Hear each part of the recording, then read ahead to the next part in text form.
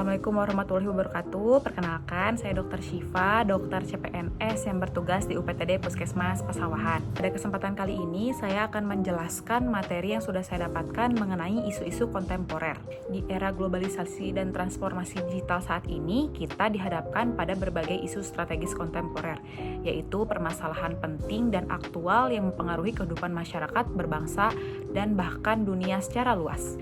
Adapun definisi isu kontemporer adalah persoalan yang muncul dan berkembang di masa kini, bersifat kompleks, berdampak luas, serta menuntut penyelesaian yang cepat dan tepat.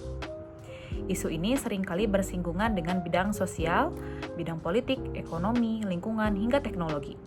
Mengapa disebut strategis? Karena isu ini berpengaruh terhadap arah kebijakan masa depan suatu bangsa.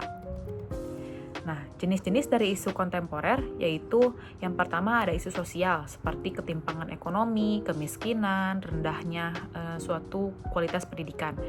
Yang kedua yaitu adanya isu lingkungan seperti perubahan iklim, pencemaran lingkungan, dan juga krisis air bersih.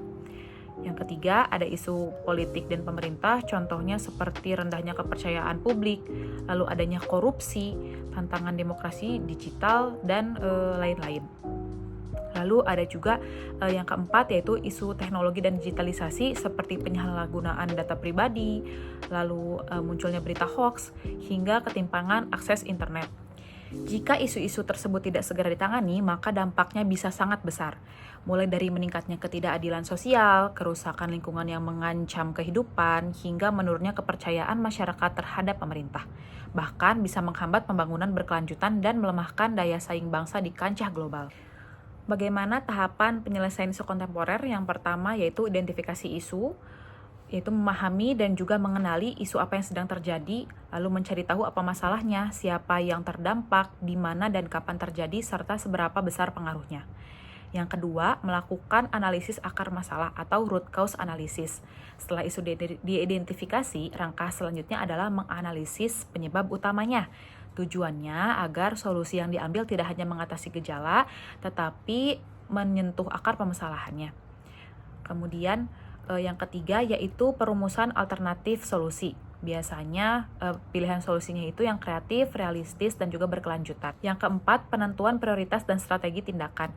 Dari banyaknya alternatif solusi, dipilih langkah yang paling efektif dan memiliki dampak yang luas. Biasanya rencana strategisnya harus tujuan yang jelas, ada indikator keberhasilan, pembagian peran antar pihak terkait juga. Lalu yang kelima, implementasi dan juga kolaborasi, di mana solusinya dilaksanakan melibatkan berbagai pihak seperti pemerintah, masyarakat, swasta, akademisi, dan juga media. Kunci keberhasilan ada pada sinergi dan partisipasi aktif semua elemen. Yang keenam yaitu adanya evaluasi dan juga monitoring. Penyelesaian isu kontemporer tidak bisa dilakukan secara instan. Diperlukan proses sistematis mulai dari identifikasi hingga evaluasi dengan kolaborasi semua pihak. Dengan langkah ini, isu-isu strategis dapat diubah menjadi peluang inovasi dan kemajuan bangsa.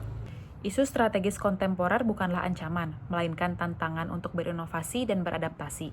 Dengan semangat gotong royong dan integritas, kita dapat menjadikan peluang menuju Indonesia yang maju, berdaya saing, dan berkelanjutan. Sekian materi yang dapat saya sampaikan. Terima kasih sudah menyimak. Wassalamualaikum warahmatullahi wabarakatuh.